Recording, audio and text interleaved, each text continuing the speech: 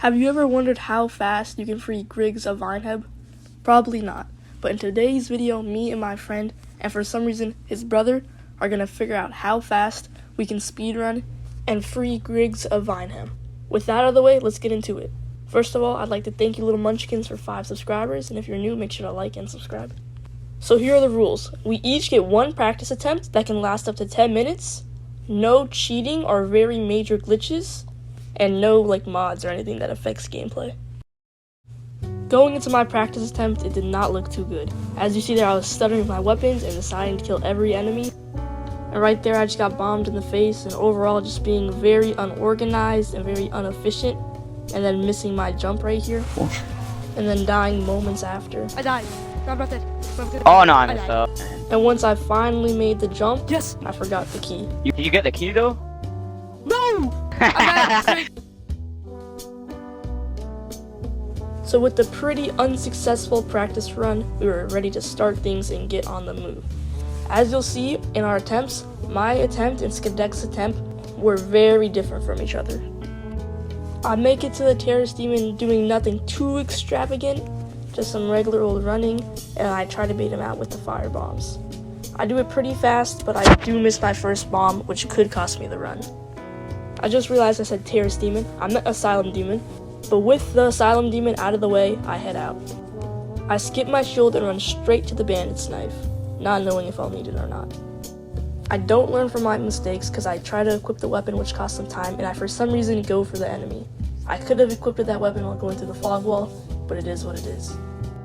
Making my way to the boulder, I do a nice little clean boulder bait, then go to Astoria and kill him, which is key in Estes seem like it takes an eternity to load.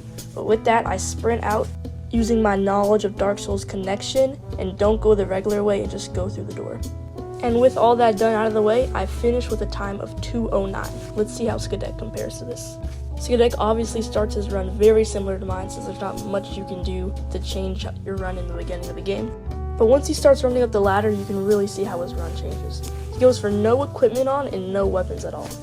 So far in his run, it seems like he's taken a lot more risks, but for a higher reward.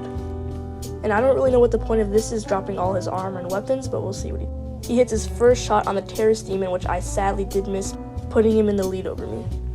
He finishes off the Terrorist Demon and starts heading out, and for some reason decides to do a little 360 spin for the shield.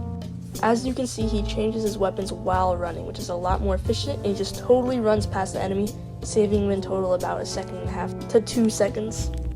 As you can see, he runs alongside the boulder, which probably did save him some time, and instead of killing Oscar like I did, he read through all of his dialogue. And of course, since Skedek's a Dark Souls wizard, he knew about this path and continued his way. And me and Skedek actually finished the Asylum with the same time of 2:09. But now it's back to my run in Firelink Shrine. Everything's going pretty perfect so far besides my 1 missed firebomb in the beginning. Even though I do get spiked here a couple times and waste a couple seconds hitting this enemy, I make my way down to the Undead Berg. Not only is this where me and Skedek's run differ tremendously, but this is also where any mistake or problem could cost you the run. For some reason, I thought it would be faster and more safe to kill all the enemies before making my advancements. Even though it did make my run a lot safer and more consistent, it costed a lot of time, which could have been lethal. And this is where my run took a turn for the worst. I started getting arched, a guy hit me from the back, and then I started getting gang raped. I tried to get a breath of air, but they just shoved their meat back inside of me. I could not do anything. I kept getting raped and raped. Even though this did waste 40 seconds of my run, you cannot dread on the past. I kept going through and hoping something bad would happen to Skedek and his brother to get me back in the game. But nonetheless, I skipped the enemies up top and killed this one down here so I wouldn't get ambushed. Then I headed to the merchant and bought what I needed instead of killing him, because buying it would be faster in this case. Then I headed back to the biggest, scariest, and most detrimental part of the run. I sprint back and mentally prepare myself for the jump that I'm going to make this time. Now that I haven't forgotten the key, nothing could go wrong. And I make the jump. I'm also cutting off the time to make this more dramatic. I sprint through hoping that none of the bandits will rape my butt when they get the chance. And once I get to the door, I realize you have to talk to him. So I quit out, load back in, and then realize the dogs are still here. And now I'm at 1 HP, so I'm very scared. I think I'm totally fucked here. There's no way these dogs can rape me. But then I quickly open the door and quit out. And like that, my run is over. I don't know how I pulled off that clutch, but now it's back to Skidek's run. We haven't been giving Skidek any attention or love to see what he's doing in his run, and now is the chance. And I don't know if you guys caught that, but he decided to rest at the bonfire, but not to level up or anything, just to get 5 more Estus Flask, which he really doesn't need. But nonetheless, he does this flawlessly, going through Undead Birch like it's nothing. He did get hit one time there, which I got hit several times, and ran into enemies. So his run is looking a lot better than mine right now. If you guys also saw that, I don't think he's killed or fought one enemy whatsoever. He's just running past them and hoping for the best. Which I mean is faster, but it's a lot more risky and detrimental if you mess up. He does a clean roll through the barrels and then heads to the merchant to get his key too. Once he's out of there, he heads down here for some reason. I don't know why, but this is, I guess, part of his strategy. He jukes out the enemies like the pro he is and starts heading up the ladder.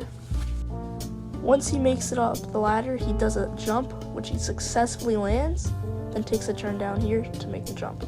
But here is where his plan backfires. He didn't kill the enemies, so now he has so much enemies to deal with, and now he's getting bombarded and raped.